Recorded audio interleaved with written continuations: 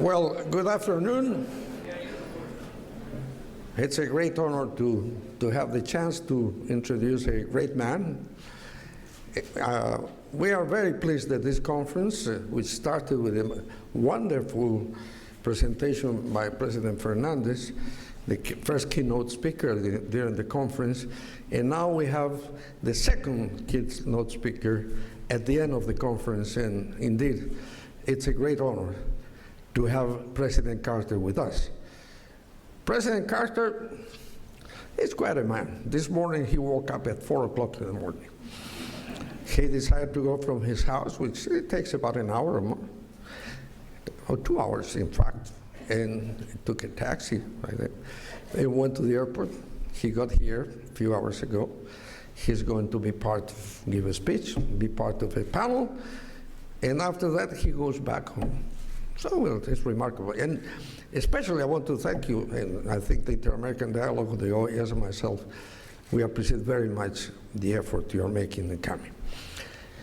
When one looks at the history of Latin America, especially the development in democracy, there is no doubt that President Carter is a key player, a key actor, a fundamental player in having changed the approach towards democracy in Latin America. In the days when he was president, let's remember, Latin America had most of the governments, or many of them, were actually military dictatorships. The issues of human rights were not central issues in the discussion. If you take into account the U.S.-Latin America relationship, were essentially pragmatic ones.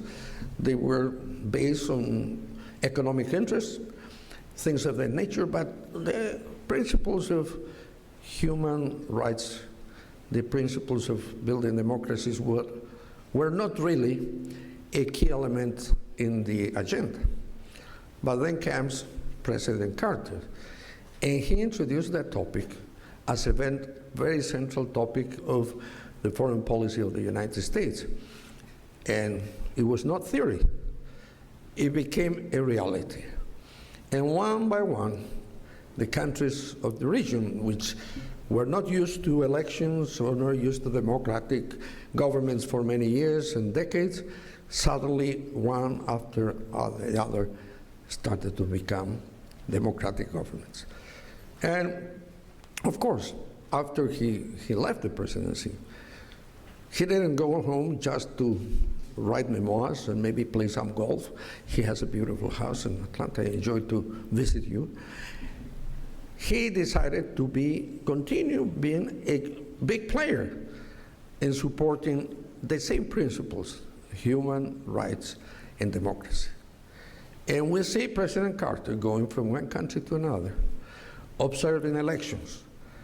He has the ability to have the possibility to talk in a friendly way with different actors in the region.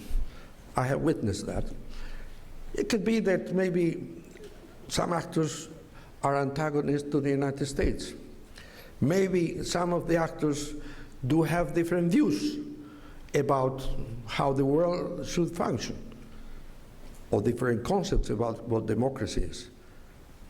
But President Carter has the tact, the talent, the ability, the wisdom to interchange ideas, to influence in a positive way the views of those that many times have different views, and to do it in a very, very pleasant way.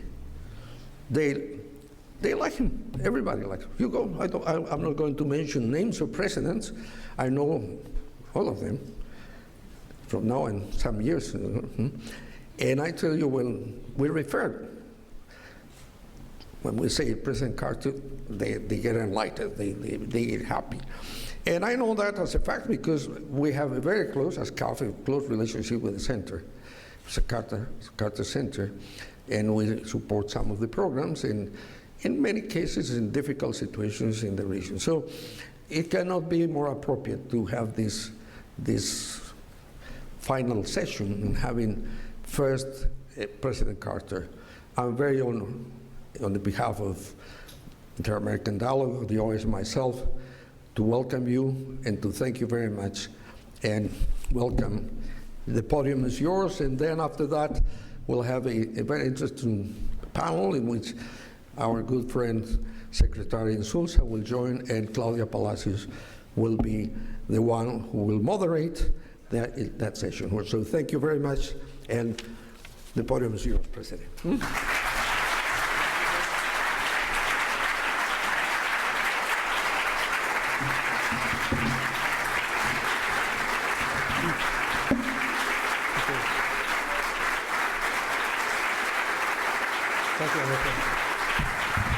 Thank you very much. Good afternoon, everybody. Good afternoon, everybody. Thank you. President Garcia and Secretary General Insulza and my good friend Leonel Fernandez, ladies and gentlemen, it's an honor and a pleasure for me to be here at this conference to share with you some perspectives on inter-American relationships, both in my brief talk and then in the discussion afterwards. As president, one of the things that I valued most was our membership in the Organization of American States. And I made every effort to attend the annual meetings personally. And when I couldn't come, I sent my Secretary of State, because I thought it was one of the most important relationships that Washington had with the rest of the world. As from my Latin neighbors, as a matter of fact, that I learned the importance of correcting the troubled relationship that we were having then with Panama concerning the canal. And although several of my predecessors had promised to correct that problem, when I became president, I decided to do something about it. And 35 years ago, tomorrow, I signed the Panama Canal Treaties with Omar Torrijos. Well, in my speech, I recognized, and let me quote, the commitment of the United States to the belief that fairness, not force, should lie at the heart of our dealings with the nations of the world. If any agreement is to last, it must serve the best interest of both nations. That agreement was very costly politically to me and to the other supporters of the canal, of the treaties. As a matter of fact, there were 20 U.S. senators who voted for the canal treaties who were up for re-election the next year.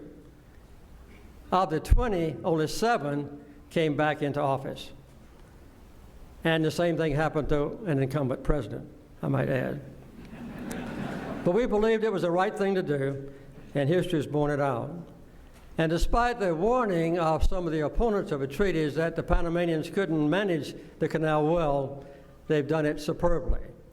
And just a few years ago, I went down to Panama, and the incumbent president and I pushed the plunger that exploded the first dynamite that started the process of doubling the capacity of the canal. Well, I think the treaty has exemplified how two disputing nations can, with fairness and mutual respect, agree to serve the best interests of both of them. Fairness means respect for each society's decisions about its own course, but it also means recognizing the inherent value of every individual. In this hemisphere, we've sometimes confused respect for another nation's sovereignty with a notion of absolute non-intervention. I know this is partially a response to my own country's history of imposing our ideologies and our interests on others, sometimes using force. This was mostly when we were in bed with the military dictators who were in charge of a lot of the countries in South America. This past is regrettable, but it cannot be an excuse today for denying human rights or rejecting collective approaches to our shared problems. The concept of fundamental human rights is our common dream, but all of us failed in some way to honor these principles. It's only with a shared commitment that we can build confidence both among citizens and their governments, that universal rights will be respected and protected. This is a challenge all of us face every day. As a new president, I announced a Latin American policy of non-intervention and the championship of human rights. And as Enrique pointed out, the progress of freedom and democracy since then has made me truly proud. But I'm worried about the common future across this hemisphere. Societies are struggling with the basic relationship between government and citizens, the role of the state in managing the economy, and how to ensure the most vulnerable in our societies can live a decent life. But as we debate and experiment with different ways to address these fundamental issues, we often fall into the trap of disrespecting and denigrating other points of view. And when our societies fail to agree about the best way forward, we become both polarized and paralyzed. We've seen these deadlocks evolve not just within, but also between our countries. When we fail to listen or refuse to communicate, we lose our capacity to resolve problems together that we cannot resolve alone. Challenges like illicit drug trafficking, transnational crime and terrorism, enhancing commerce between nations, and dealing with climate change. It requires courage and leadership to take the first step toward mutual understanding. I've been particularly impressed recently with Juan Manuel Santos, the president of Colombia, as he reaches out to two of his neighbors to restore diplomatic relations. They don't always agree on everything, but they can now work together on threats of security, both within and across their borders. And I am particularly pleased that he has begun talks with the FARC. As a matter of fact, this morning I was on the radio with the president, talking about this common problem, which I hope he will resolve with the support of other leaders in his country. Likewise, to improve the relationship between my country and Cuba requires courage on both sides. I'm distressed that the United States continues its economic embargo against the people of Cuba, and that we display no interest in furthering or improving diplomatic relations. All of us should continue to press the Cuban government to respect human rights and political openness, but the embargo undermines any credibility that my country has in calling for improvements in Cuba.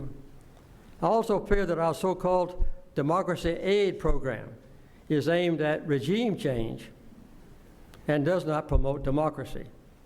Unfortunately, the program is used by some in Cuba to justify keeping American contractor Alan Gross, whom I know and whom I believe to be innocent, to keep him in prison. A more sincere dialogue could be held between our two countries if the United States would remove Cuba from the state-sponsored terrorism list.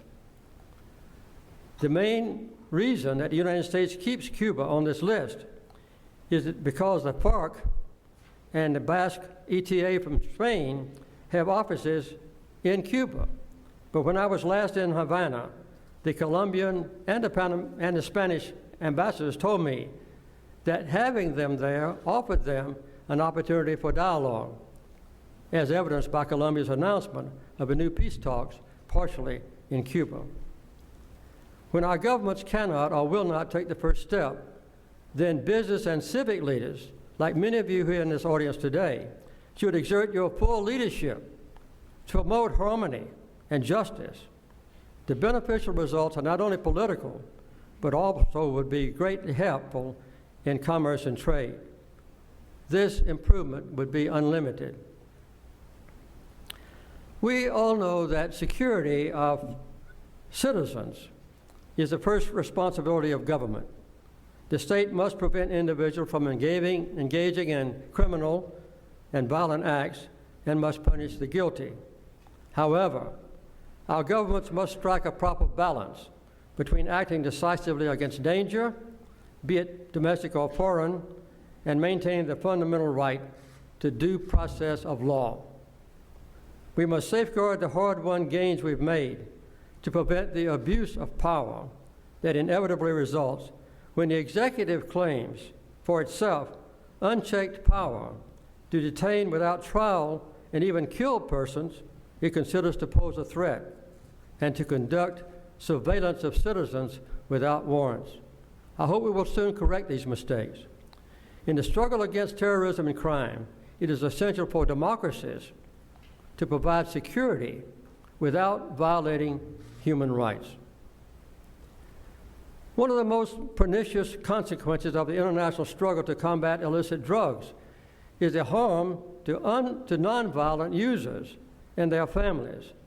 Latin American societies pay a disproportionate price in lost lives, corrupted justice systems, and overcrowded prisons because we have emphasized drug eradication and interdiction and neglected reducing demand for drugs.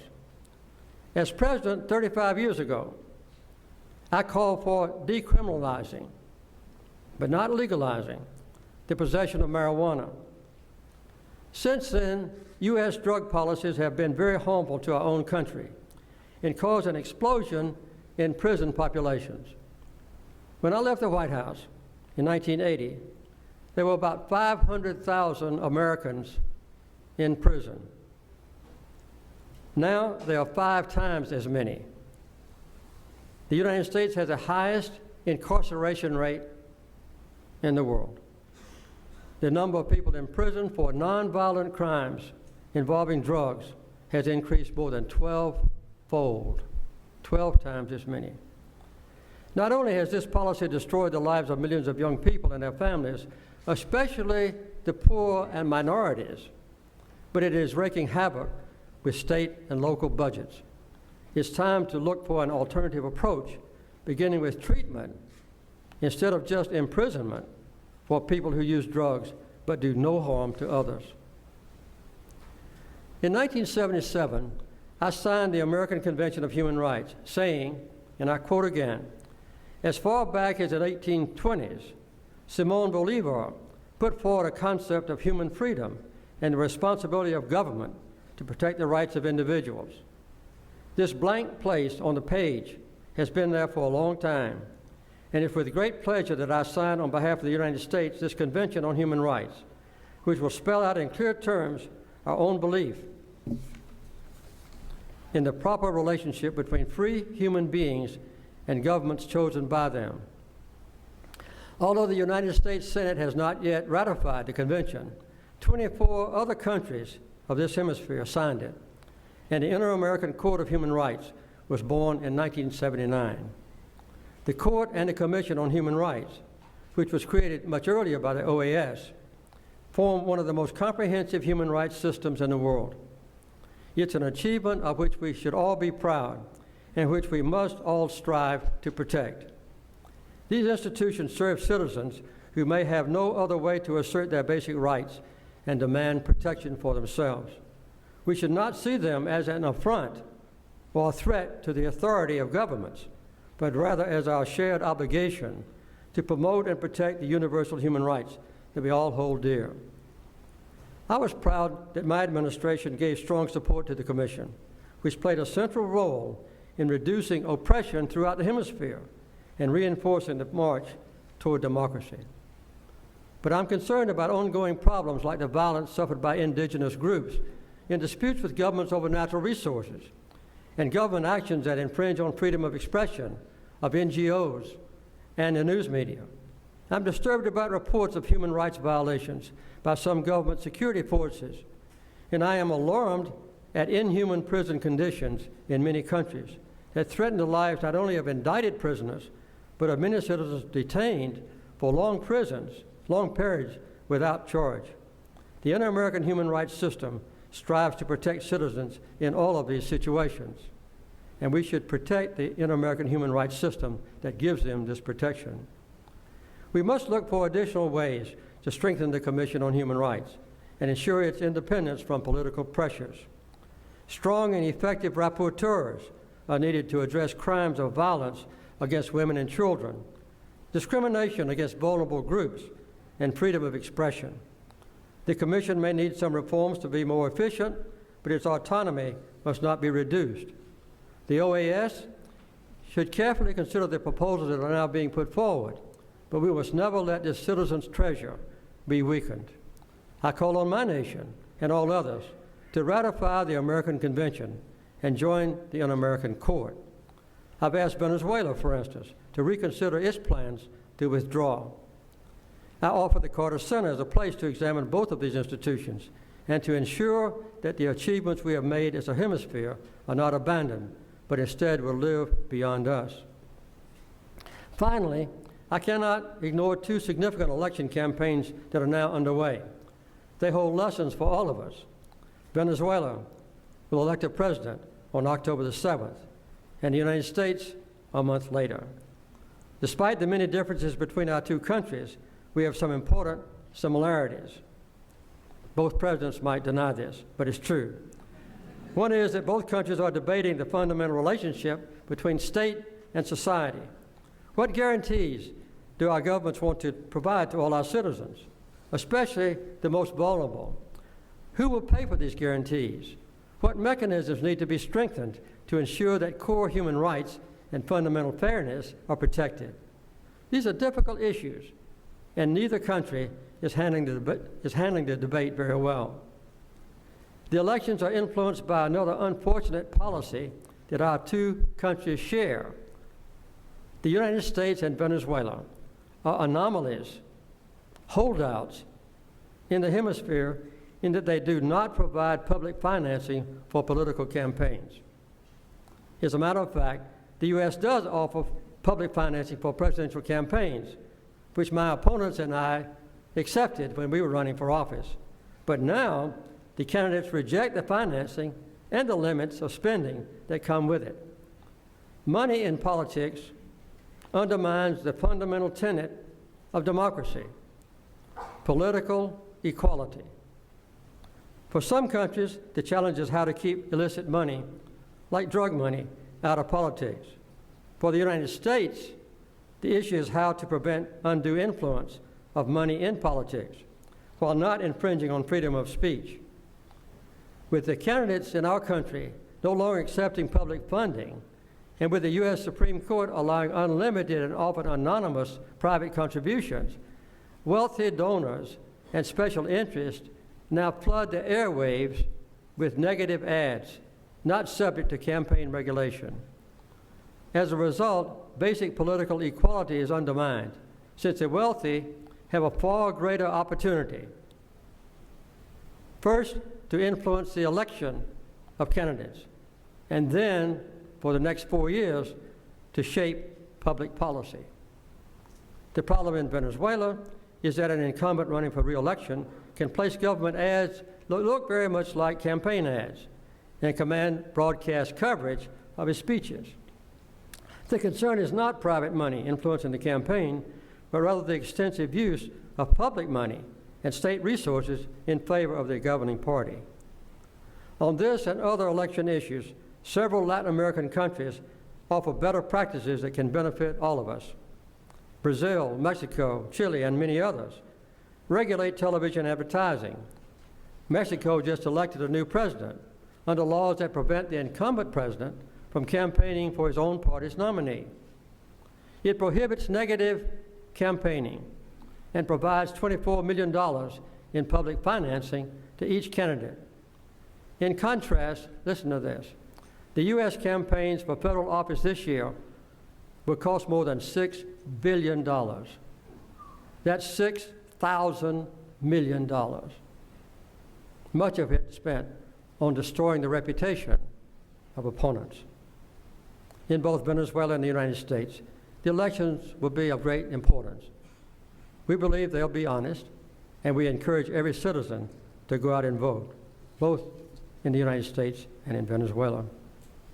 Well, I have discussed as quickly as I could fairness and human rights. These are basic qualities in both human and international relationships.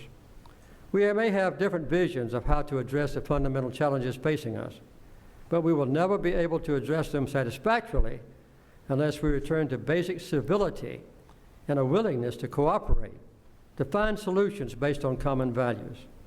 We must begin with a concern for the most vulnerable among us and a commitment to treat each individual with equity and fairness.